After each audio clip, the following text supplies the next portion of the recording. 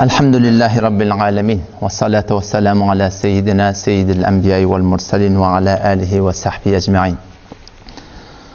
Muhterem Müslümanlar oğlum, adamlar gelip veren vaxtlarına 24 saatin içinde biz bir kefi kendi ağzımıza alıyat. Men motorum, men oyum, men maşinim, men oğlum, men dostum. Ama Allah'a gerek kalanına men Rabbim Allah, men Hudayım, men Peygamberim şey deyiptir diyen kep Türkmenin kendi ağzından eşitlerine akşı. Ne mi deyip şeyle oluyor? Bunlara muhabbetken ama ol bir misal Allah'ını doğru tanılmansan, doğru muhabbet bulmansan men Rabbim Allah şey diye. Men Hudayım şey deyiptir şunu. Men Peygamberim şey deyiptir şunu deyip biz umurlamızak. Halin hakikaten insan şu Allah'a aşık olmalı. Hayt Allah vallahi ki yulicul leyle fin nehar. O da geceni gündüze sarıptı. Kudretun hem yerde koku diye. Ve yulicul nehara fil leyl. Gündüzde gece tarıyor. Alem cehanna halan işin etiyor. Ama hiç kime zulüm etmiyor. Yehdi meyyeşe halanı hidayet etiyor. Ve yudillu meyyeşe halanı gumrah etiyor. Çünkü şu bol peşin halamatdır. Yehebu limeyyeşe inathe halanı gıydı veriyor. Ve yehebu limeyyeşe uzzukur halanı oğul veriyor. Ev yuzavvicuhum zukrana ve inatha. Oradan hem oğul ya gıydı ya oğul hem gıydı. Ve yec'alu meyyeşe ve akime. Halanı istesini nazar etiyor. Allah alim ve hakim her kimin yağdığından haberi var. Yu'izzu meyyeşe halanı izzet veriyor. Ve yudillu meyyeşe halanı zelil edip veriyor. Allahümme malikul mulk tu'til mulke men teşe halanına padişahlık veriyor. Ve tenzi'ul mulke mimmen teşe halanın padişahlığından çıkarıyor, padişahlığını onun elinden alıyor. Allah ki yahtassu bi rahmetihi meyyeşe her kimi öz rahmeti bilen has etiyor, peygamber etiyor, peygamberin eline düşüp veren etiyor. Ama Allah ve la yuzlemune fetile o hurman sınır akçakçan akla oluyor. Men şunu yazacakta beline zulüm edecek ediptir. Şu Allah'a muhabbet çünkü himmeladımız sondan köpten köp gurrun etmedi. Şonu köpten köp tarif etmedi. Ecillullah yagfir lakum Peygamberimiz ediptir. Allah'ını tarif edin, Allah sizi mahveder deyiptir. O şu bir Allah'ın razılığı yekece bir yol Muhammed Mustafa sallallahu aleyhi ve sellemin yolu. Halafe Peygamber kesi reh gozid ki hergiz bir menziline kahet resid. Mependar sadiki rahil sefa tavan raf cüzler peyyi Mustafa. Muhammed sallallahu aleyhi ve sellemin idine düşmeklik yekece bir yol ki Allah men şondan razı olacak deyiptir. Kul in kuntum tuhibbunallah. Her vakitte Allah'a men muhabbetim ba diyen adamlar zamada bolupturlar. O şol muhabbeti sabit etmeklik yolunu Allah Teala ta kıyamete çellim yekece bir yol koyuptur. O ne mi? Kul in kuntum tuhibbunallah fettebi'uni. Men Muhammed'in idine düşün. O Muhammed sallallahu aleyhi ve sellem ki onun nesep nametini ulamalar yazıp koyuptular. Muhammed ibn Abdullah bin Abdülmuttalib bin Haşim bin Abdümunaf bin Kusay bin Kilab bin Murra bin Ka'b bin Luway bin Galib bin Fihr bin Malik bin Nadr bin Kenane bin Huzeyme bin Mudrike bin İlyas bin Nizar bin Muad bin Adnan bin Udad bin El-Mukavvim bin Taruk bin Yahşub bin Ya'rub bin Thabit bin İsmail bin İbrahim aleyhissalatu vesselam. Şöyle bir bizim peygamberimiz var. Geçen peygamberler şöyle oluptur Kur'an'da. Allah Teala Kur'an'da 8 peygamberin adını tutup çağırıyor. Ya İsa, ya Musa, ya Davudu, inna cealnake halifeten fil ard. Ya Ademu, ya Zekeriya, ya Yahya, ya İsa. 8 peygamberin adını tutup çağırıyor. Ama bizim peygamberimize gerek kalanına kullu Kur'an'ı aktardan ya Muhammed tapmardın isimle. O ne mi deyip? Son Allah'ın bizim peygamberimize has bir muhabbeti var. Şu taydan peygamberimizi Kur'an'la lakap verip çağırttır. Ya eyyuhel Resul, ya eyyuhel Nebi, Taha, Yasin, ya eyyuhel Muzzemmil, ya eyyuhel Muddessir. Tenem şu kavuryan adamına, bırak ona ahun desen, hürmetin zayinine koydun. Ama takdir desen, onun hürmetini koyan kaldıracaksın. Adın tutsan, bir ihtiramı yetmedin. Ama derecesini öz zayinine koydun. Ama lakap verip çağırtan, şunun ehmiyetini, erzişini, kıymetini Göğün kaldıran adam var ya Müslümanda. Peygamberimiz şıqdar Allah'ın yanına mahbub ki peygamberimizin başka peygamberler var ya Kur'an'da vakaları geliyor. Başka peygamberler Allah'dan ne kadar dağıtları dile alıptırlar. Dua ediptirler. Ferizan Musa aleyhisselam Rabbi şrahli sadri diye. Allah men qorsağım aç. Men gideyim Firavun'un önüne durayım. Peygamberimiz dilemek ki elem neşrah leke sadrak diye. Rabbi şrahli sadri ve yessirli emri. Musa aleyhisselam dua et. Allah men dua men işimi antat et. Allah Teala bizim peygamberimiz dilemek ki ve vada'na anke vizrak diye. İbrahim aleyhisselam dua et ya ve la tuhzini yevme yub'atun. Erti kıyamet bulanına beni rızva etme ya Allah. Peygamberimizin hakkında yevme la yuhzillahun nebiyye vellezine amenu. Rızva etmeyeceğini peygamberi ve peygamberim yararların Allah Teala şuattan aydık koyuptur Müslümanlar. İbrahim aleyhisselam dua et ya vecnubni ve beniyye en na'budel asnam. Menin oğlumu şoklamayı butperest olmaklıktan ya Allah hifazet et. Peygamberimiz dilemek ki innema yuridullahu liyudhiba ankum risse ehlel beyt deyip Peygamber sallallahu aleyhi ve sellem hanım adetini her bir pelididen ve her bir necasattan manevi necasattan takkacağını Allah Teala öyle boynattır. Şöyle bir peygamberimiz var.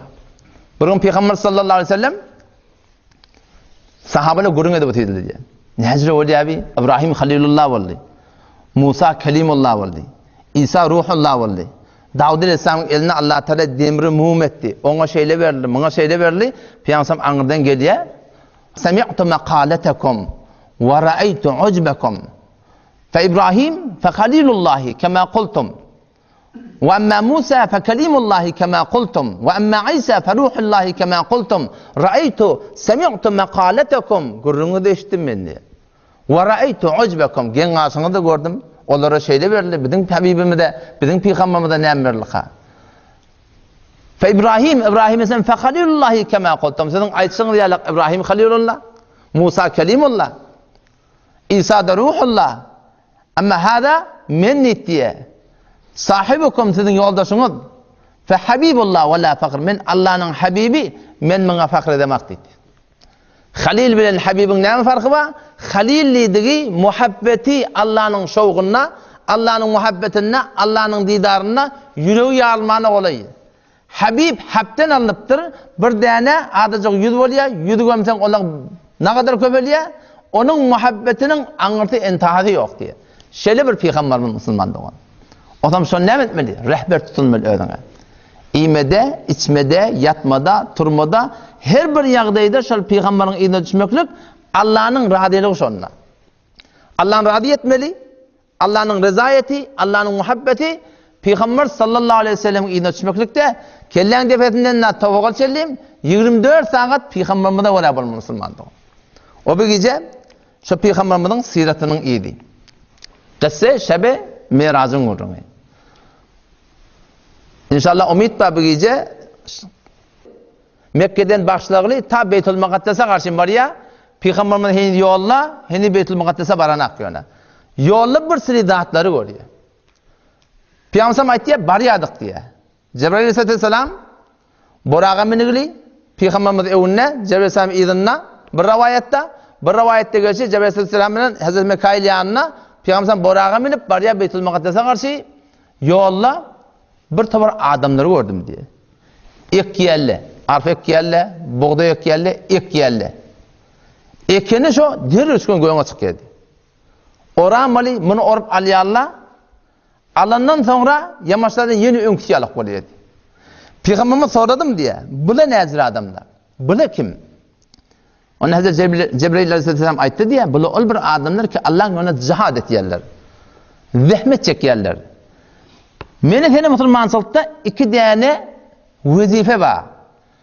Bir vali hifazet edin, ödün dine gayim olmalı. Bir vali eşaat edin, cami'a meniten dini yetirmeli. Bizim o Türkmençiliğimizde oğul kavvolsan olur, halk bilen işin olmasın. Bizim ene tamamdan şu ağrısı. Ama Kur'an beydip düşündürmeye. Kur'an aydıptır. Lillezine ahsenu fi hadihi dünya hasene. Lillezine ahsenu kavluk eden adamlara fi hadihi dünya hasene. Şu dünyada kavluk var diye. Bu da biraz dikkat et. Ulamalı tüyla. Lillezine hasenu demektir Allah Teala. Kavvolan adama kavluk var demektir Peygamberimiz. Lillezine ahsenu. Qavlık eden adamlara qavlık var ettir. O näze diye, bu näze düşünmeli? Qavulmak bir zat, qavlık etmek başka bir zat. Şu ikisi uyuşmalı. Bir hifazat edin, men qavulmalı. Bir eşaat edin, biz hemmecemiz dini oňa eşaat etmeli. Hadiste geliyor. Şöyle bir mefhumda. Allah Teala Cebrail Aleyhisselam'ı iberdi diye falan ova, falan şehre ağdarmalan. Azabı yetiptir hatta. İnni bular uğuracak yerler. Tövbe edecek yerler. Allah Teala yüreklerine haber var. İnni şunu ağdarmalı. Cebrail Aleyhisselam geliyor görüyor. Orta bir ağ sakal. Ağ felle. Menfaat tefhimden cimrimler açıklayanlar. Orada bir abid. Teheccüd guzar adam giyeceğin bir vaktinde hem adamla yatı bir teheccüd guzar insan var şu kavmin arasında. Cebrail Aleyhisselam aytti diye ya Allah bu şeyler benden mi? Münnem etmedi. Bir ibadet guzar, abid benimle teheccüd guzar. Allah Celle Celaluhu ne mi dedi diye? Şu bilen bilağdır şunu dedi. O ne mi dedi? İn hemen benim nafermaniyim gördü. Men Allah'ın aydan ne öyle bolmayanı gördü. Hiçbir farkını, rengi taralmadı diye. Qavulmak, qavluk etmeklik Müslüman doğan ikisi bile işmedir. Allah'ın yoluna cihad ettiyen adam cihad dediği fakat kılıçla vuruşmakta, ya tüfeğle vuruşmakta, her bir dinin uğruna çekilyen zahmet, Allah'ın yoluna ulakamır cihad. Hiçbir gayrında inkar yok. Kılıçla vuruşmalı olsa bir vaxt öz cahine, olem cahine gerek. Ama berdeki zahmetler, hücri yürütmek, hariçilik okuyutmak, mektep yürütmek, dinin uğruna haytı bir reştetinde, şobetinde zahmet çekmek Müslüman doğan. Şun hemmeti cihad-ı fi sebilillah. El-mücahid men cahade nefse. Peygamber mücahid kim deyiptir? Ol bir adam ki öz nefsi bilen cihad etdi. Ödüne ters durmalı. Yüreğinde inne a'da aduvuk nefsukelleti beyne cembeyk. Peygamber ne diyor? Düşmanın kim? Düşman tutup verelim mi ara? Yok, o değil mi hatta Peygamberimiz? Düşmanın nefsukelleti beyne cembeyk. Sen şu öz vücudundaki nefsin, şu öz nefsini şeriata tabi edecek bol, ödün bilen vuruşmalı. Erti namazda turacak bolsan, ödün bilen vuruşmalı. Gözün namehremden tavacak bolsan, ödün bilen vuruşmalı. Peygamber'e mengedecek bolsan, ödün bilen vuruşmalı. Başka adam yok da. Biz mücahede etmeklik, Allah'ın önünde rahmet çekmeklik, bular ek yerle, Allah Teala bulara dedi diye, birden ta 700'den artık maşağı edip verecek, ni'mel bedel, bunun da yerine Allah Teala şöyle nimet verecek dedi. Ama evrak gittik diye adam. Yoldan bir kavmin yanından geçtik diye. Yatırıptırla bir yerini, şebi meraçı, Peygamber var ya, o dünyada bolacak yağdaylar Peygamber'e kokettir. Bir adam yatırıptırla, o lokon daş, şeyle bir katılık bilen kellerini şu daşı vuruyor diye. Daş gittiye beyle tavuk gidiyor diye. Mın kellesi mılcırıya kullen. Ola adam gittiye şu daş almadan çüreyim, evlilik geliyençe yamaçlardan kellet doğular, hey vurma, yamaçın görür, yine vuruyor diye. Yine daş beyle kılın diye. Yine gittiye getirmeyene, yine şeyle. Peygamber sorattı diye, bu kim dedi?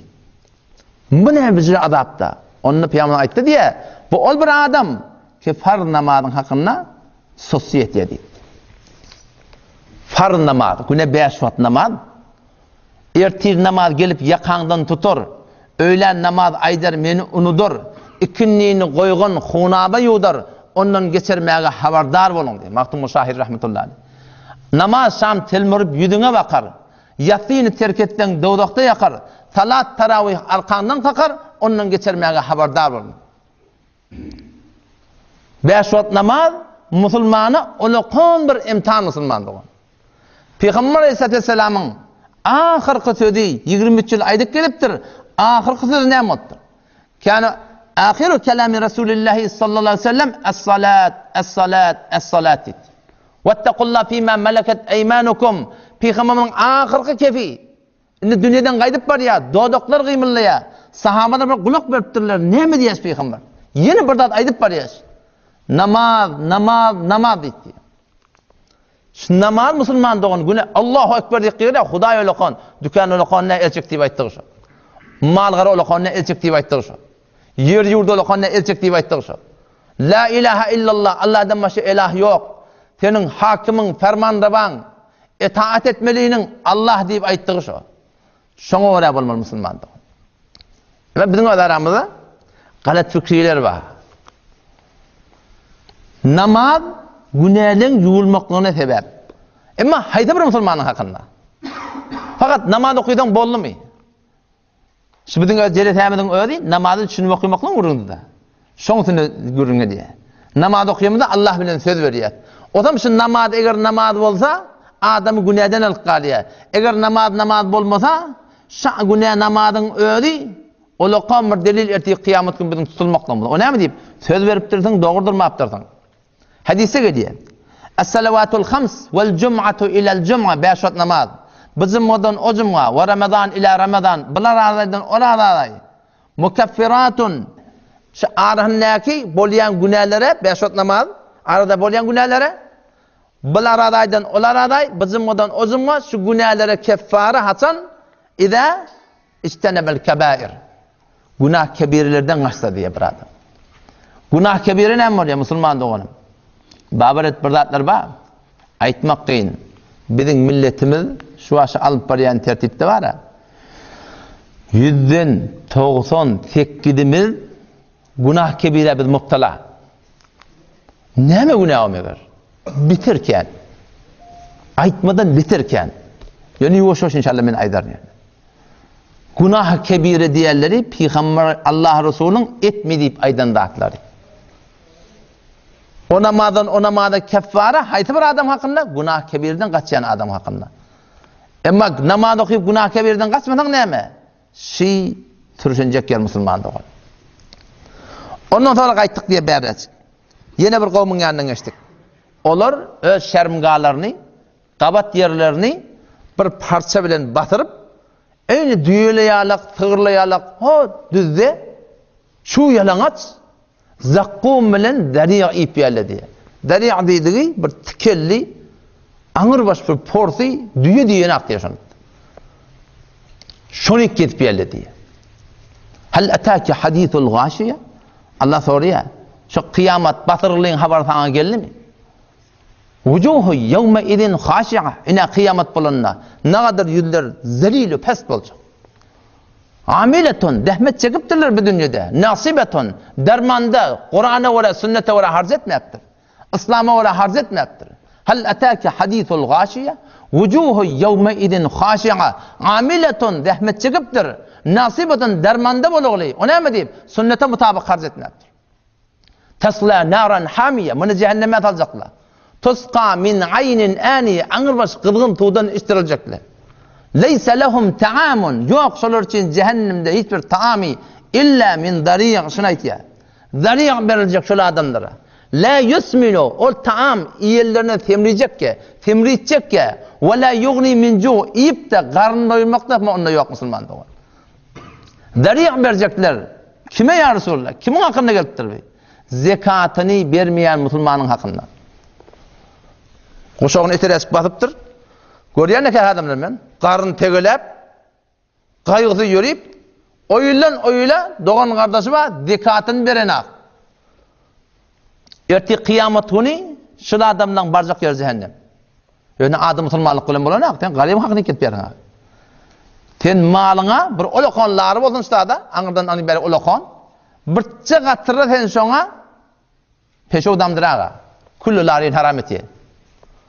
Vakti keten malyňa, garybyň malyny goşup, garybyň hakyny bermäni, muny gardyga bolýarlyk edip, zekat üçin bermeýärdiň, şu kullu maly fesad edecek ya musulman dogan. Zakkum verilecek diýdi. Inne şeceretez zakkum. O cehennemiň içinde Allah Taala bir dene bağa görçek diýipdir. Inne şeceretez zakkum, beşek şol zakkum bağa diýerleri, taamul asim, günahkarlyň taamul. Dine wara bolmaly ýerlerine ýyle wara boluvermeli. Halka wara bolmalyny halka wara boluvermeli, dini inkar eden adamlar. Taamul asim kel muhl, ayn mis ýalak diýär. Gaýnap ýatan mis. Yagli fil butun, qarna iyellerine qaynaya diye. Kegalil hamim, ayni qırğın tuğun qaynayışı alaq, şu zakkum iyellerine qarnına qaynayal diye. İnneha şecaretun takhrucu fi aslil cahim. O cehennemin eteğine koyuyor diye. Telluha keannehu ru'usuş şeyatin. Zakkum diyen bağ cehennemin içinde koyuyordu. Şu tadı onun mivaları Eyni şeytanın kelleri yazacak olacak. Şeytanın kelleri betçekil mivolar olacak. Tel'uha kennehu ru'usu şeyatin fe innehum lâkilûne minha. Şondan yiyecekler. Kim adamlar? İnelekem adı musulman aşı. Adı musulmanın uğrunda. Kafire zekat farz der ahi. Kafire zekat üçür farz der. Kafirin boynuna namaz farz der. Şunlar misal iman getirmeli. Şey adı musulmanın hakkında musulmandır. O hem şu taydan garibin hakkını vermeli. Kime vermeli? Doğan kardeşine vermeli. Doğan kardeşine versen 2 tane sokap oluyor. Keteke versen 1 sokap oluyor.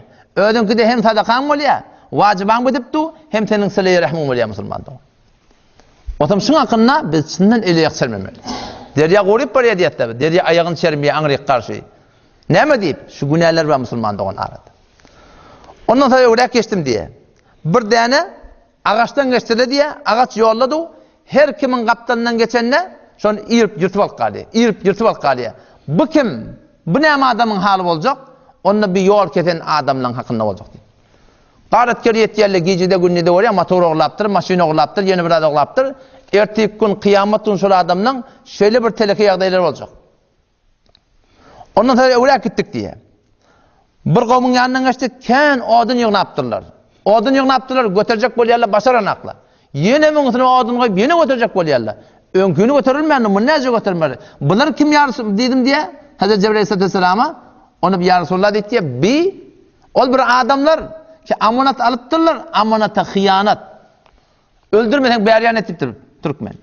Amanat alıptırlar, amanatı yerine kavuşturanakla.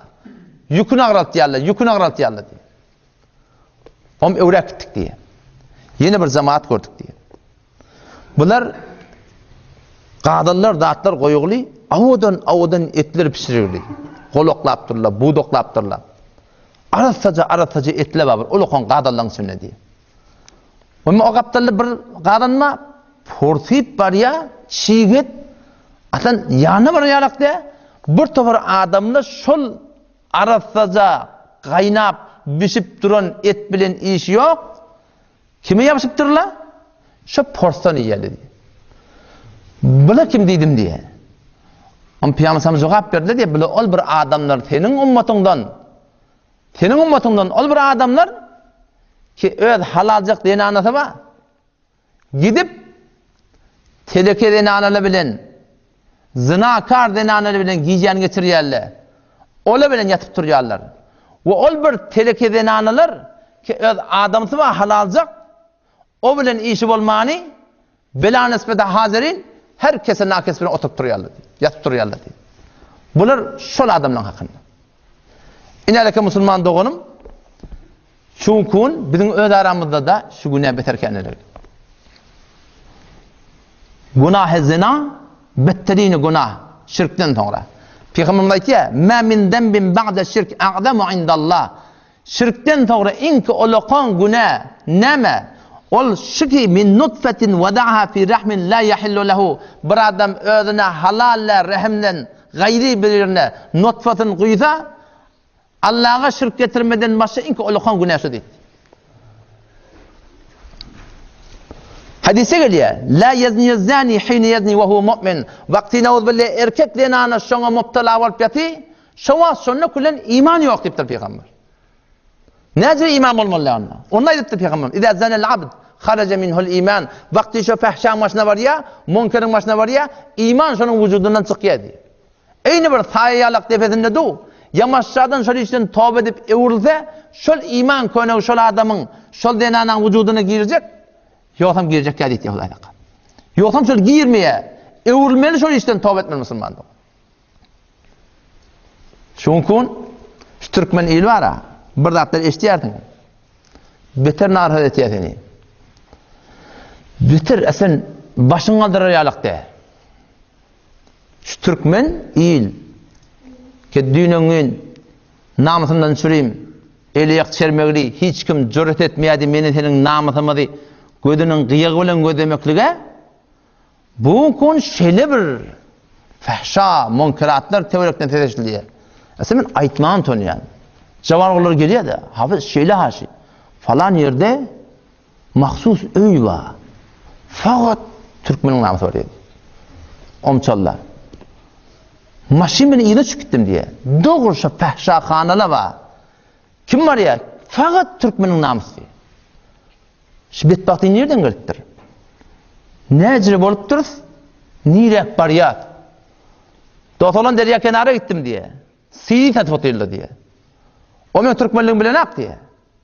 Om şeyle CD var mı? Bir sokamani dini, bir kemezken bir tavaşi İslami. Ona başla. Yankı vuruyuklardan abad etti. Raqs raqqasi. Türkmeni gerekmiye, Türkiye gerekmeydi. Men içimden g'an eşti diye. Bütün hitabet nire karşım var ya. O şu bedbahtı Müslüman doğan nereden geliptir?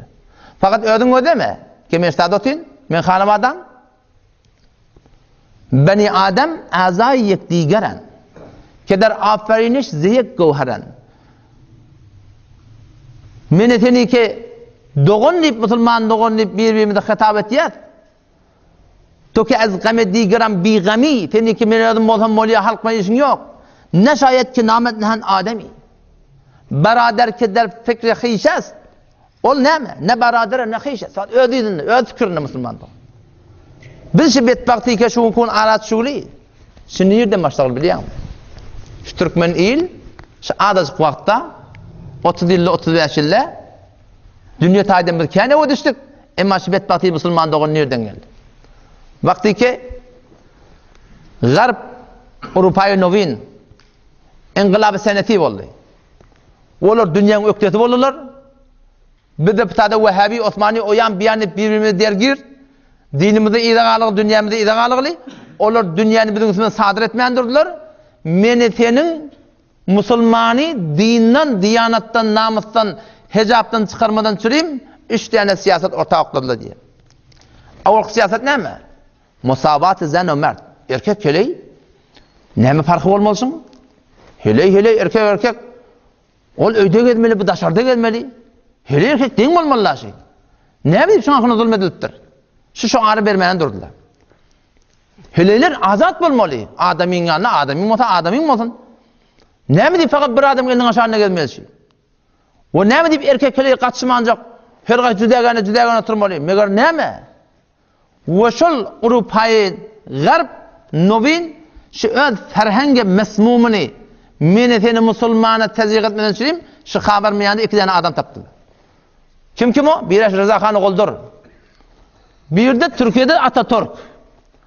Atatürk önünde Türkiye'de Devlet-i Osmani'ni yıkan şol kafir da o adamı muvaffak oldu. Ama bu tadı elhamdülillah Şiilerden, Sünnilerden dinine, namusuna kaim ol. Elhamdülillah biz şu Rıza Khan Goldur'un siyaseti değil belki Garb'ın siyasetinden bir ganimetler doğrultusunda bir galık Müslüman doğan. Ama sonra meni senin tefekkürümün üstüne şu Resanahay guruhi bilen köpten köp işlediler. O bu Türkmen illa sağda Türkmen şu 3 tane siyaseti sadece bir cümle edip meni senin kellemine koydular ne mi? Yürün arası olsalar ne mi işin var? Öz namusuna kaim olan adama münkur demeyen durdular. Yürün arası olsun. Sağda Türkmen şolun ferhengi garbi bir sadıcı suratını ödüne hazmeden kınam hem ol pırçık var Türkmen'in pırçıktan ana. Şu bizim pırçığımız avval şu an yere geçigiri. Ödemiştik şu Müslüman doğan şu an cergelana giden de men görüyanna. Yüzünde şu pırçık yüdört götürmüştük şu. Annan deyip mağnaydan yağlamıştık. Yaşmak deyip bir yapmamıştık. Gelleminin sen şu an çeşe oklayanlar ha. Şu çeşe menetenin celbab diye Kur'an'ın lafzı fartisi çadır. Şu celbabımız çadırımızmış şu Müslüman doğan. Ama bu gün nereden kalıqlı? O gelin üstüne oklayalım. Ben doğrudan enemden işittim. Doğrudan enemden çargattan maşa bırak yerdik diye kellenden ta topuğa çelleyim giyecek gün yaşam başımdan ayırmardık diye. Ama Müslüman doğan şun kun bizi mesmum edigili. Şu ferhengi Garp'ta gruppa. Şu Garb'ın iline süren gruppa adam batı yaşında Müslüman doğan. Türkmen ili batıp var ya şıgadar ve de mahsus cahiller becerttiler menetenin namusumdan süreyim. Ne kadar fehşalar var ya Yankumbede gittik. O tadı ekarduğum, bu tadı cadı, o tadı bir iftihar veren ağay falanı. Bahamra, gözün orta. İftihar versin bir de. Şu kadar adam şerme haya kullen dökülüğü Näme diýip? Biziň fikrimizden musulmandygyny işleşipdirler. Ýürek dogry bolsun. Wada bir tane Kur'an okyp bereyim. Bir aýat Kur'an. Ýürek dogry bolmagyň hakynda. Ayy yazda 12 13 14 sure Nisa. Yusikumullahu fi auladikum. Allah Teala wasiyet etmelipdir mal mirasyň hakynda kime bermeli, kime bermeli? Oğlanyň hakyny äjre, gyzyň hakyny äjre, aýalyň hakyny äjre. Her gaýdyny Allah Teala belli edip goýupdyr. Indi şu belli bolunan zadyň hakynda Allah we tilka hududullah Allah'ın kanunlary diýer. Allah'ın goýan düzgünüşi. Ve men yuti'illaha ve rasulahu. Her kim Allah bilen peýgamberiň diýennetde yudkhilhu cennetin tejri min tahtiha'l enhar. Onu ol cennetlere saljak, aşağı bağlarynyň aşagyndan suwlar akyp barýar. Ol halidine fiha, hemişe şol cennette boljak. Ve zalikel fawzul azim. Ol qamar piruzy diýipdir. Bu bir tarafy gaziye.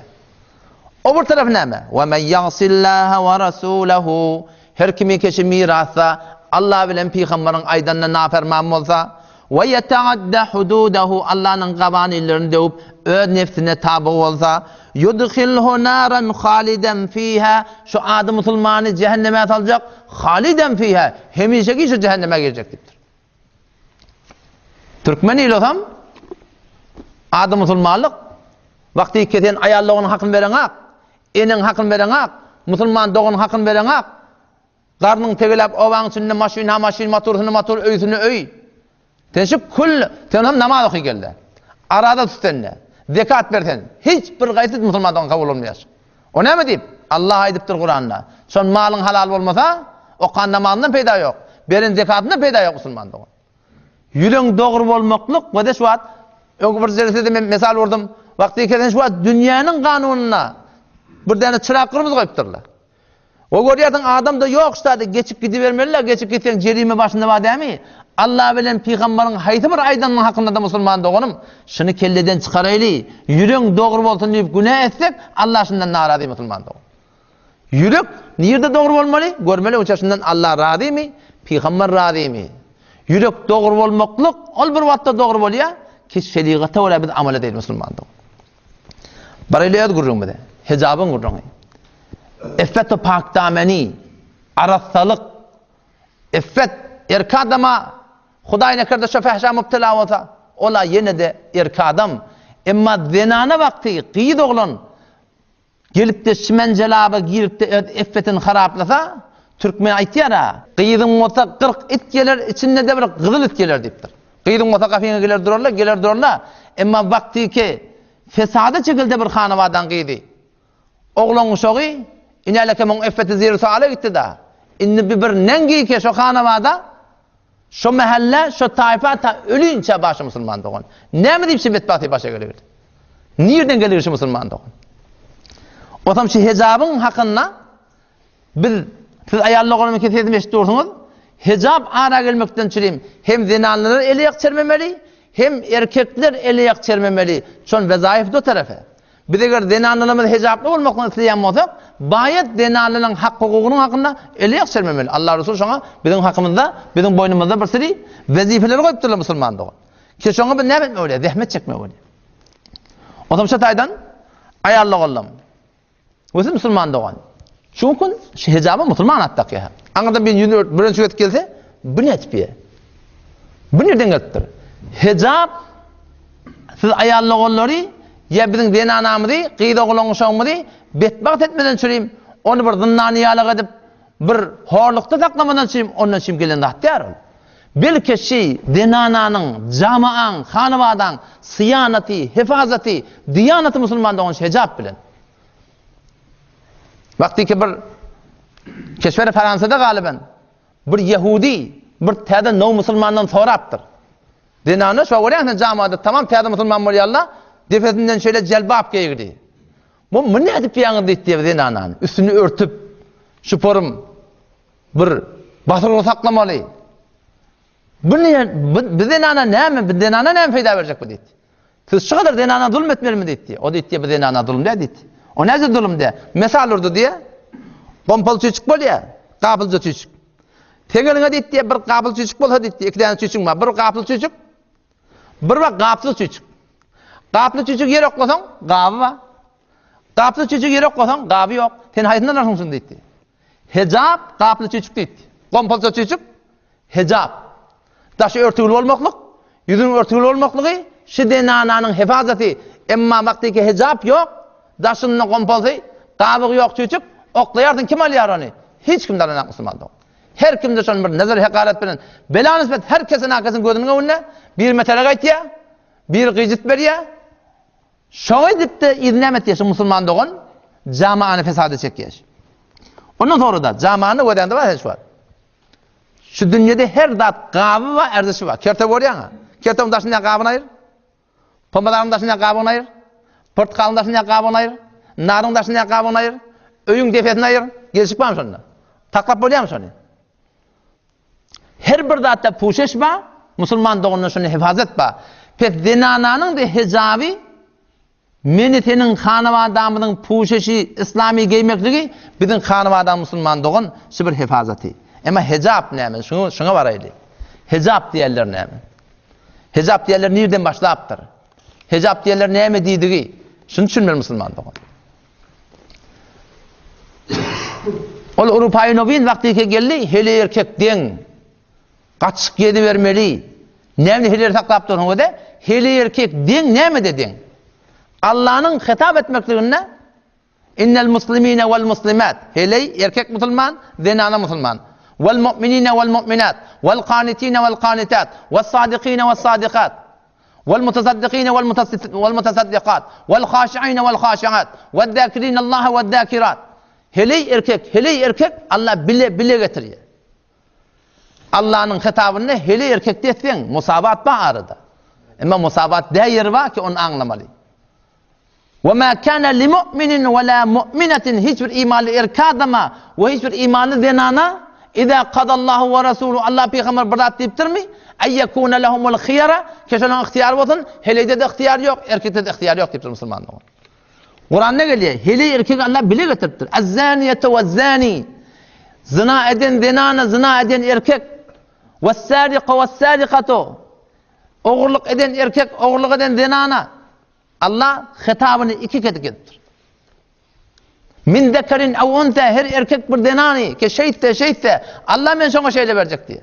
Vel munafikine vel munafikat erkek münafıklar denana münafıklar diye. Allah her gaytının hitabını hele erkeklikte Allah Teala bende olmaklıkta hiçbir farkı yok Müslümanda. Allah saf sade elam ettir o da. Sözün gıyıtkası deyiptir. Ya eyyuhan nas ey adamlar İnna halaknakum min zekerin ve unsa Beşek biz sizi erkek denanadan yarattık. Ve cealnakum şu'uben ve kabaile li ta'arafu Hop erkek heleyet yarattır da. Onu Hudayın yanına kim teyleğli? Sözün gıyıtkası. Heleylikte, erkeklikte Allah'ın yanına efseliyet yok. İnne ekremekum indallahi etkakum Her kim Allah'tan korkuyan mı olsa şu Allah'ın yanına teyleğli. Sen Bibi Meryem olup başarıyarsın. Bibi Hatice olup başarıyarsın. Hazreti Safiye olup başarıyarsın. Bibi Fatıma olup başarıyarsın. Lut'un da heleyi olup başarıyarsın. Nuh peygamberin heleyinin manında olup başarıyarsın. Nuh peygamber ve Lut peygamberin heleyi şu dünyadan kafir geçiptir. Pes zenanı erkek Allah'ın hitabında Müslüman doğun. İkisinin aydatin bir farkı yok. Ama heley erkeğe cüdagane bir kavaniler var Müslüman. Erkekten de bir sürü etmeli işler var. Heleyle mürcidagane etmeli işler var. Heleyin etmeli işini erkek etse gelsene. Erkek etmeli işini heleyi etse o da gelsene. Erkekten şu yerti var ya. Heleyi gelini fiil versen nedir gidin? O gitti yerti var desem. Derya, erkekten derya işleyedi. Heleyler deryayı versin derya işledi. Heleye erkekler aparatı var aparat. Heleyler aparatı yeti nedir olur? Erkekler mekaniki et ya. Heleyler bunu mekaniki ettirdi. Zenan erkek cismi taydan bir sürü hususiyetler var. Zenana süt veriyor. Erkek bunu böyle süt veriyor nedir olur? Olan saklıyor erkek zenana. O bunu böyle erkekle saklama olsa. Erkek adam yine kuvveti bedenine vara zenanın işlerini edecek olsa eder ha. Hamir yoğurma olsa, oğlan saklama olsa. Ama zenanın Allah Teala sıylık ediptir, hürmet ediptir. Zenanın etmeli işin bellettir. Eğer şu musabatı beraber harekete kim verecek ya Müslüman doğun? Erkekte verecek mi ya? Heliyle verecek ya Müslüman doğun. Erkekte deyip dursa bir de aparat et ya size gelin aparat edin bundan böyle. Bir yerti oraya siz etmeyin gelmedi. Ve labası puşuştu da şeyle Müslüman doğun. Labası puşuştu da erkeğin bir giymeli adı var. Denana mır geymel dadı ba. Denana ankı gelşikli. Qızıl ba, kümüş ba, ebrişem ba. Bürönçög ba, çargadı ba. Ama erkadek mel qızıl geyte, kümüş geyte. Hakikaten birden qızıl atıp koyup bahalda at deyip erkadem gelşi anlatıyor Müslümanlığın. Pes şunu düşünmeli ki hele erkek din yeri ba Allah'ın aydan verene ora, peygamberin aydan ora. Emma camiada bir sürü ahkamlar var. Keşke camianı hifazet edecek batak hatmi şuna muraat etmeli Müslümanlar. Araplar bilen ulema-i garb otur gurrun ediptirler. Fetiz Arabistan'ın ulemaları neme bi? Yüzünü örtüp şformur bürönçög edip başa gayletip ketip bertiniz. Hele erkek dengdenmeger, bu da insan, o da insan. Munda hakkı var, onda hakkı var. Bular öyde dindan etip koyaptırdınız. Erkekler şey diyerdiniz. Araplar siz bayet hakkı beraber vermeliyiz diye. Hele erkek detsen etmez camiada. Arapların ulemalar cevap verdi, iş yok dedi diye. Biz etme olsa edeyli. Yönetil garbiyle bir daha dedin. Ne mi dedi? Heleyin teti bilen erkeğin tetini bir edin dedi.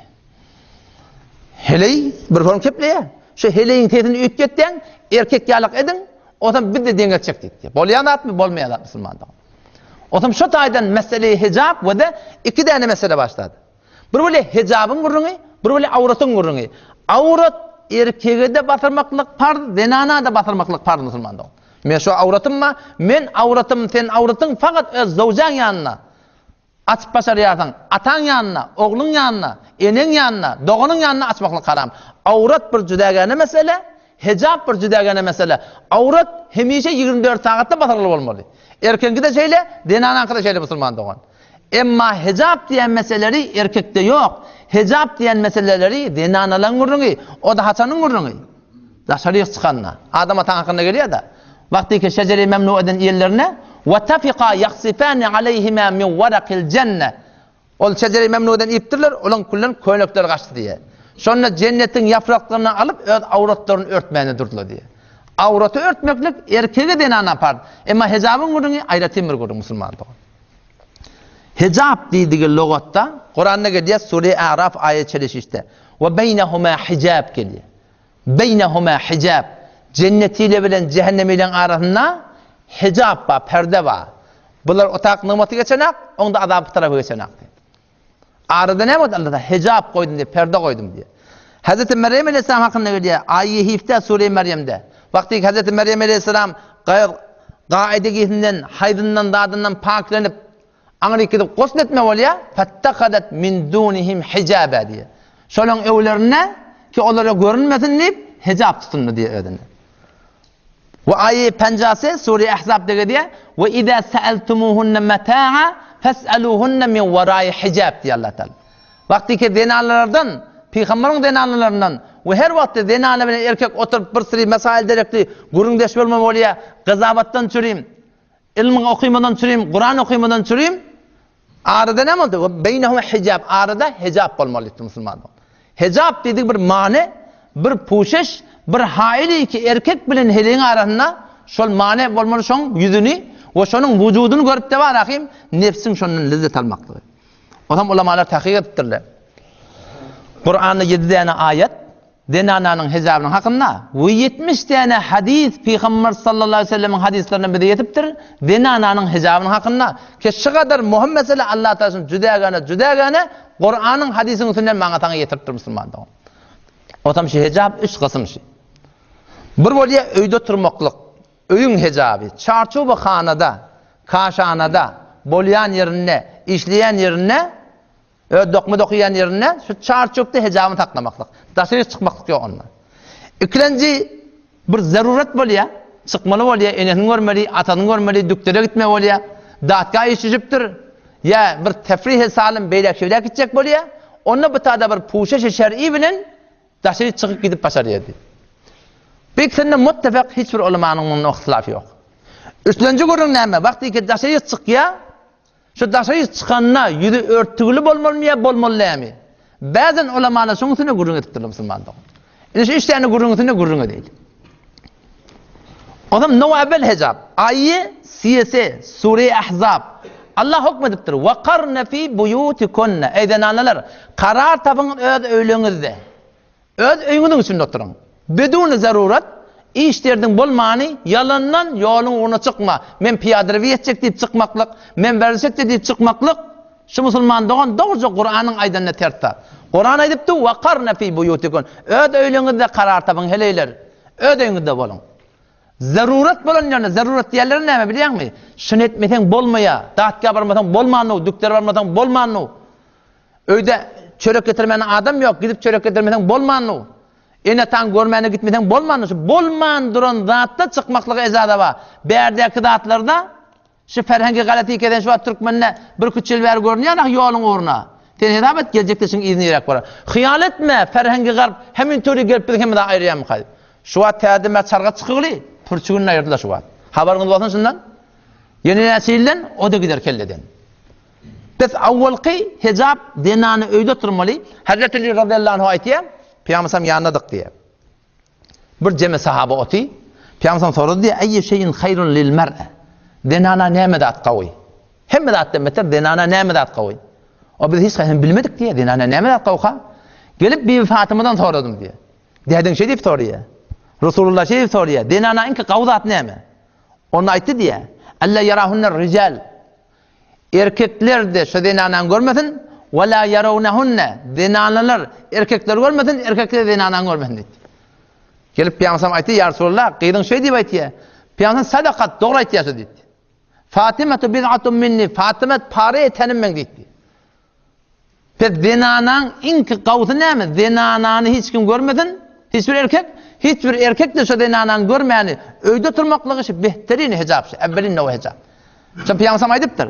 "Wa aqrabu ma takunu min wajhi rabbiha wa hiya fi qar baytiha." Denananyň hemme ýagdaýdan meter Allah ýaqym bolýan ýagdaý şu öýüne oturmaklygy diýipdir.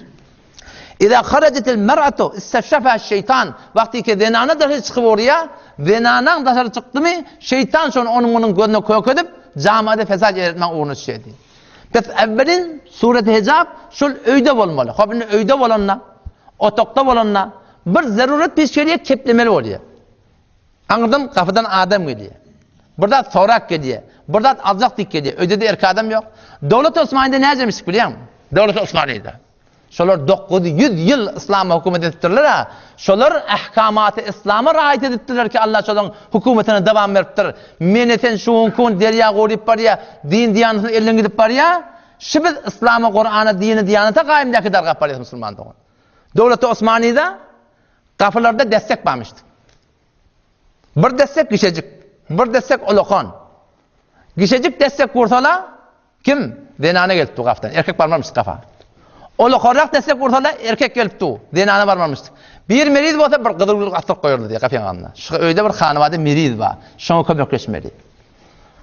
İslam maňa taňa şidatlary öwretdir musulman bolan. Kur'ana wala bolmaklyk. Indi bir zarurat bolýar, çykmaly bolýar daşaryk. Hop Kur'any öwrenme bolar. Alma öwrenme bolar. Ya bir toyda ýatsa bir gerekdat bolýar, bir zat bolýar. Aya erkegiň garşy durup hele bilen gurrun etmekligi. Heleyden erkeğin dert almaklığı, ondan alma öğrenmekliği ayyaşı doğru musulman bu. Nevada ayye pencası, Sure-i Ahzab, Allah hükmediptir. Ve izâ se'eltumuhunne metâ'a, ey peygamberin, ey sahabalar, peygamberin denanlarından bir daha soracak bolsaňyz, fes'elûhunne min verâi hicab, perden idinden soran dipdir musulman. Pes Allah'ın hükmü, men yüreğim arasında, Akunagan yürek arasında, karişanın yürek arasında, ara perde koymany denananyň bir akundan, bir molladan, bir kariden Kur'an öğrenmekligi doğru haram musulman dogan. Kim aýdypdy? Ine Kur'an aýdypdy. Şu aýaň öz sebebi nuzulu näme sen bunu sorasyň. Hazrat Ömer radıyallahu anh geldi diye aýy hijab inmäke, Peýgamberiň ýanyna her adam girip çykypdy.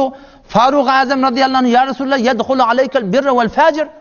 Ya Resulullah sen ýanyna şu gawy teleke gidip gelipdi. Şu ara bir perde koymarlymy diýdi. Ara bir perde koymarlymy? Şol ara perde koymarlymy? Şoňa mebnasyna görä aýy hijab indi diye. Şonda Peýgamberimiz de ara perde çekdi diye. Erkekler bu tarapda, denanlar o tarapda diye. Kur'anyň hukmy musulman dogan. Ine Sahih Buhari'de gediye. Bab-ı Gazve-i Taif'te. Peygamber Aleyhisselam ağzından bir suyu mezmez edip Ebu Musa Eş'ari bin Hazreti Belal'a diye alın şunu için, yüzünü de şunu törtün. Perdenin ardında Ümmü Seleme radıyallahu anh'a Peygamber denanati ummahatul mu'minin maňa taňa nikahı haram. Ol otuydu diye enengde de bir mıqdar berin dedi. Sahabalar Resulullah ne kadar mesela hicaba kaim durupturlar. Şu bir ulukan delil ki zinanı erken arasında hatmin perde olmalı Müslüman doğan. Ondan sonra beri geliyor Kitab-ül Edeb'te Seyyid Bukhari'de geliyor. Peygamber Aleyhisselam zinan Safiye var. Koca beğen içinde. Peygamber geliyor zinanı bile. Hemin türü surallah min kaytmarlamıştı kezaptan sonra. Dünya bir döneklettir, burada ettir, dünya yıkılıyor kullen, keçe ve kullen çarşık diye dünya yanıtından. Ebu Talha radıyallahu anh yörttüm diye şundan Peygamber yani. Ya Resulullah, ya Resulullah, inematağından kurban mı? Ne molli? Ne molli? Peygamber itti diye, ayarlan havaralı itti. Sonra Ebu Talha radıyallahu anh birden çadır alıyor, yüzünü ört diye şeydi. Şu Peygamber'in heleğini görecek ya şu. Barıp diye şu çadır okladım diye üstüne, şey dip de diye yamaçtan keçebeni mindirdim diye. Fethu'da Müslüman doğan, evvelin derece hicab şey, dinana ama öyde oturmalı, qiyda olan öyde oturmalı.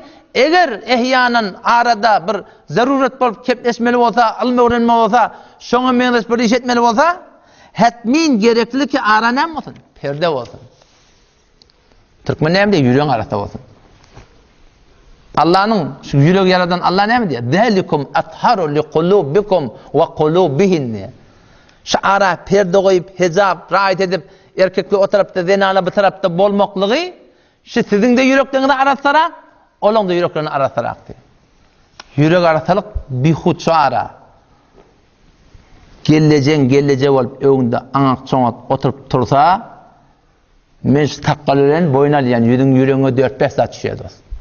Yönü, öğüdün papayca sorayım mı da, yüreğe çiğen atmayayım diye ki, öyle çektirme koyup durla, imelli etin diyelim bana. O imelli edeyim ben de adamı kıtıp oturur mu ki?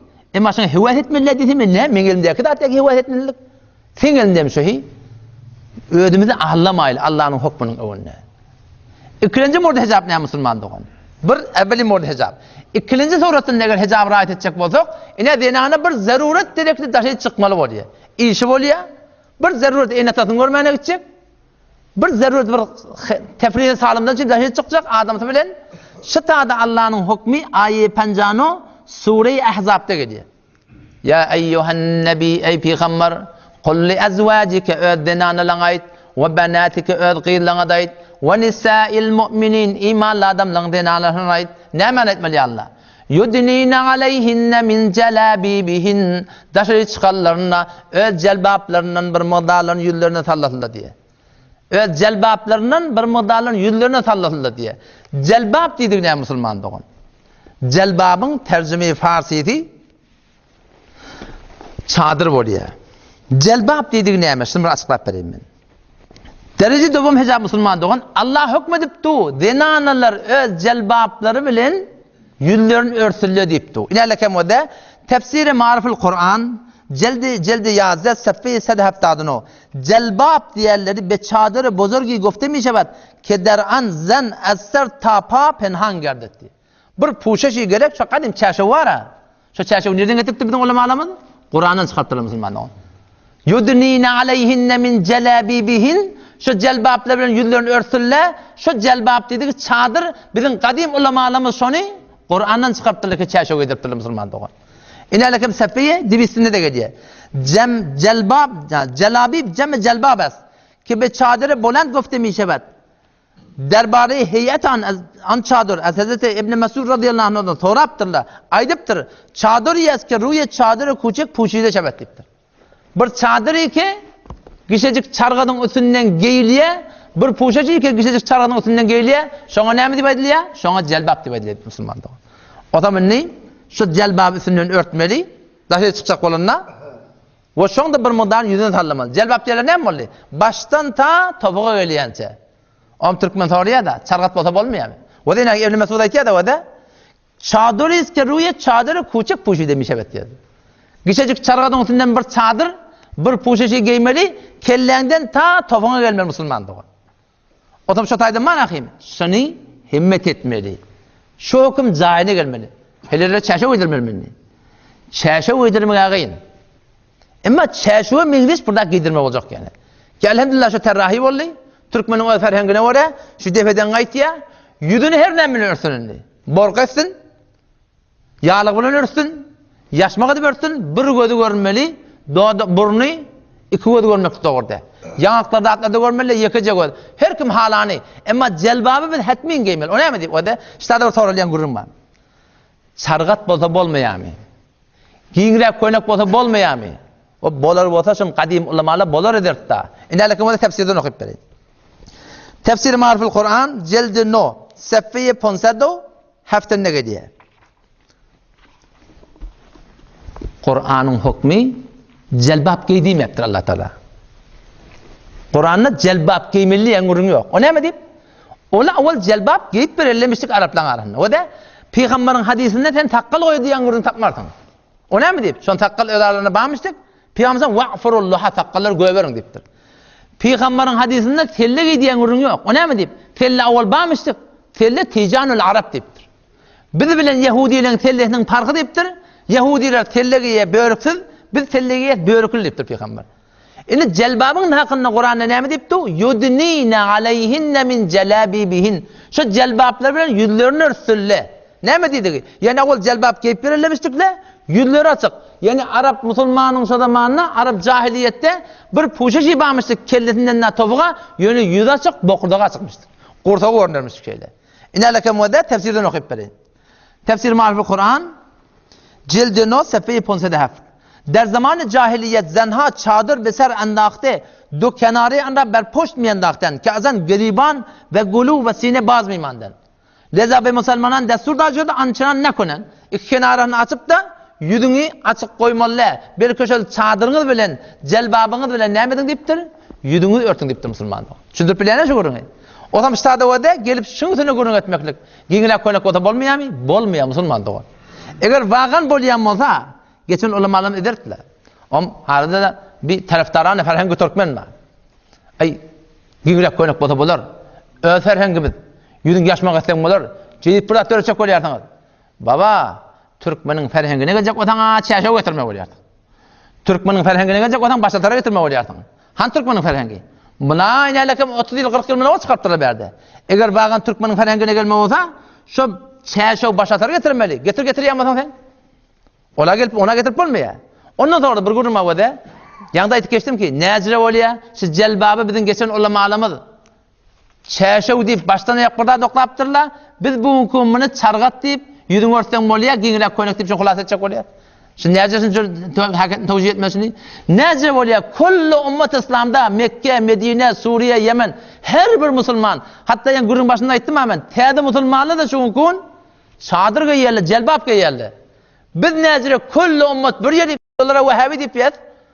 Bizim nibtada hakikat Hanefi mezhep olmalı. Şeriata ve kitaba ve biz olmalı. Biz gelmem Müslümanlığa gayet koyma Müslüman doğan. Hiç vakti şeriata zor gelmiyor Müslüman doğan. Türkmenin Ferhangi şaşav.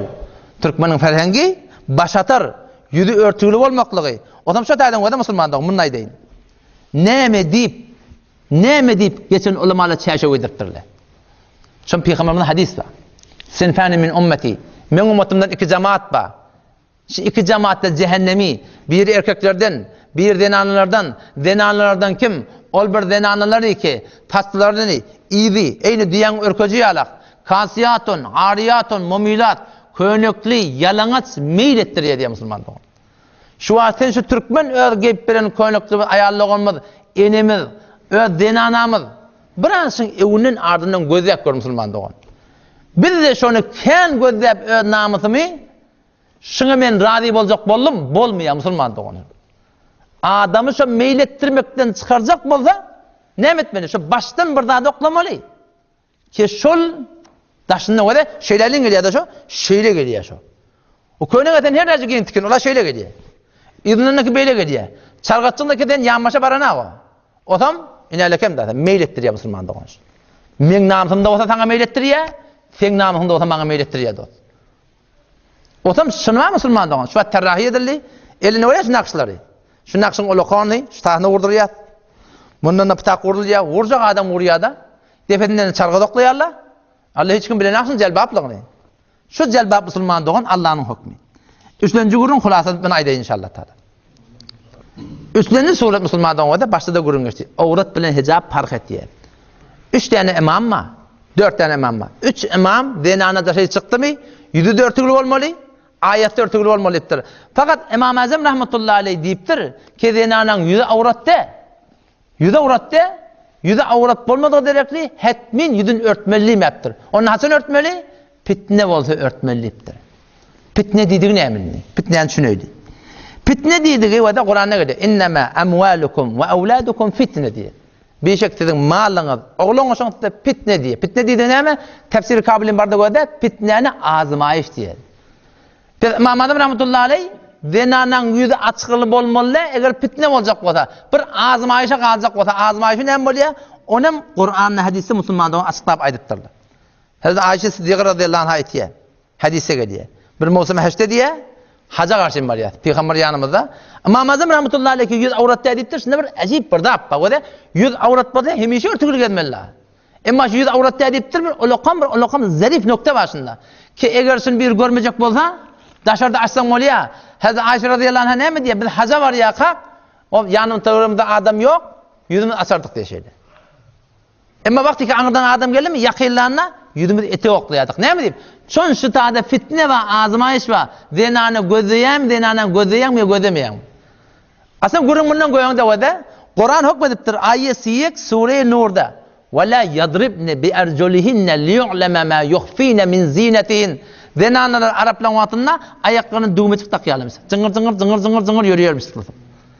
Allah Kur'an'ı hükmediptir. Şu zenaneler iki ayağına düğme takıyarlar. Fethetiye şu zenaneler yola çıkanlar da edenler şun sefi erkek adamların kulaklarını eşittirmeliler ayaklarını yere vurmak deyiptir. Hitap edildi. O ne mi deyip? Şun erkek tehrik boluyor. Hitap edildi. Vakti ki şu ayak düğmeciklerin sefi erkek adamı eşittirmeliler deyip Allah Teala şunu haram ediptir. Ne yaparım Kur'an, sünnet gelip icazet vermeli? Zenanan behterin sermayeti insan celbe nezir ettiğin zat yüzünü Kur'an gelip açmaklığa Müslüman doğan şuna icazet vermeli. Bu bir bozuk zaten. Ondan sonra da inalekem yeni hadiste geliyor. Evet Hanefi mezhebi fıkhında geliyor. Zenana haca gidenine yüzüne nekab vurmasın, eline deskeş giymesin deyiptir. Ne mi dedi ki? He ona yönü kevat vurulup verin valla. Son zenana yüzünü hicap yani Mekke'de açmalılar. Şu tada açmalı olandan Mekke'ye gidenine yüzünü örtmesin, eline deskeş giymesin. Yani ne mi dedi ki? Yılı 10 kay gelip veren de şeyle yaparını açmalı. Ezvacı mutaharat ne yaptırlar? Yüzünü açmalı. Mekke'de adamlar görmeli, necre olur bir, onları yol oynaptırlar. Yüzünü yapsırmalılar da, işte hani biraz koyuptırlar, şeyle zatarlar koyuptırlar. Eğer bağın yüzü batırmaklık gerek ya olsa, ezvacı mutaharat beytmeliler. O zaman ahir kep yönesi. İnalekem Hanefi mezhepten okuyup bilen gurun tokudaydı inşallah Teala. Cilde no sefeyi ponsedo çağırdede. İmam Cessas rahmetullahi aleyh Hanefi mezhebin ulukan fukahalarının bir ayetiye. Vakti ki Kur'an sedai ziverra der izhar nemuden zinet karar dadı. Bazen de men nemudes ayın düğmetinin dadının sesini eşittirmeliler deyiptir. O zaman işte adı tavram entiye pes bu şeyden borgayı mozayyen ve renkdar ve birunameden deran beteriqa ola memnun xaşıd. Beni in malum şud ki suret ezen egerçe der avrat dakhiliniz bilim dinanan yüze avrat diyeyim da. Emma beli bozulukların merkezi zinet anasıdır. Dinanan in ki avadan yeri yüzü. Bir şadamat etmeli olsa şun hem yerin köked yüzün kökedme nece cüret edip altın şun. Hiç yerin kökedme şahit bilan nispet ayak felet olsun emma yüzünü görüp adiye adam şun. Onun şuna diye vede beli bozulukların merkezi zinet anas kinnameş yüzü. Benaberin puşandan han hem az namehraman vacibes meger bir zaruret doktor oluyor yüzün kökedme oluyor gazi oluyor şehadet vermeli oluyor. Ve şuna meneş Müslüman doğullum şi Türkmenin namusının hicabı yamaçlardan şimdi zayine getireyli. Ama ne etmeli? Öyle gururun etmeli. Muzakir etmeli. Denalar hem dinin gururunu eşittirmeli. Yani takdir hemmet etti denalarsa gelip durdu elhamdülillah. O Behruz Canlı önüne her haftada Düşenme'un 2. saat 4'te şunu teşvik ve tergib yüzünden şunu evalık gitmeli, teşvik etmeli, tergib etmeli. Allah'ın Resulü'nün hükümlüğüne etmeli. O has olmasa anrak basa simakasında bir fedayet diyen yer oluyor da şeyde. Kâhut o da gerek oluyor da şeyde. Diyen etmeyecek bolsa. Hulasa zenanan gönlünü görecek olup Allah'ın gönlünü denmeliyen gurun yok. Ve ayarlı olan hem şey hicabi inşallah eliyak sermeyli. Sizin siyanatınız, hifazatınız, diyanatınız bir siz Türkmen serada görüp daşınızdan bir ölmül kuvanıp şu babır şu xiyabana çıkanda adam ödün utanıyorsun. Türkmenin namusunu ödep. Bağışlan bu gece kârak vaktini aldım. bundan da Peygamberimiz soran bar ya, bir hoş bu, qav savcak yel gelýärdi. Bu näme? Onu biz cennetin gitdi. Bir bedbuy geldi. Bu näme biz cehennemin gitdi. Şondan barla diye Beytül Mukaddes'e barla diye. İnşallah inneki jelese Allah tawfik berdi beyle iman. Toňraky jelese Allah tawfik berdi inşallah jelesen ýygy tutar. Ya Erhamer Rahimin, Ya Erhamer Rahimin. Allahumme salli ala Muhammed. Atina fid dunya hasene ve fil ahireti hasene ve qina azabannar. Ey Erhamer Rahimin, nasıl edilen gurrun ya Allah. Fadlını kabul et ya Rabbel Alemin. Ey Allah, ey muhabbetin, dini muhabbetin büyüklüğünü cayleştir ya Rabbel Alemin. Ya Allah, hicabi, celbabi, dini, diyaneti ya Allah. Bizim aramı yamaçlardan jon edip ya Allah. Ulu il Türkmen sehra ya Allah. Din için ya Allah'tan ayağa kaldırıyor. Ey Allah, din ki, diyanetten ki, peygamberden ki, şeriatten ki, kitapten ki. Ya Allah, dinini seçecek tendin ya Allah. Bizden olmaya, tenden olmaya ya Rabbel Alemin. Ödün öğütürmesen, ödün düşündürmesen, ödün getirmesen ya Allah. Ödün yolda salmasan ya Allah, başka yol alacak yok. Ya Allah, bizde bir yaxşı niyet bay Allah. Ödün fazla kiram ya Allah, Rahman Rahmin.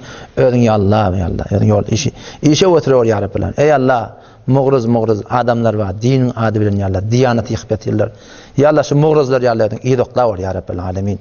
Muğruzlar ya Allah. Dinin için tavır ya Rabbel Alemin. Ey Allah, sen şu dinin adını otunun çörek yerler var ya Rabbel Alemin. İyi dokla ya Rabbel Alemin işleri. Ya Allah, mane olacak kol yerler. Set olacak kol ya Rabbel Alemin. Ya Allah, biz hiçbir benden yamanlığımız yok. Bizim maksadımız senin dinin, senin şeriatın. Ya Allah, senin yürekten haberma ya Erhamer Rahimin. Allahümme nufavvid umurna ileyk. أمور الدنيا والآخرة فاتر السماوات والأرض أنت ولينا في الدنيا والآخرة توفنا من السماء ولقنا بسحب الرحمن.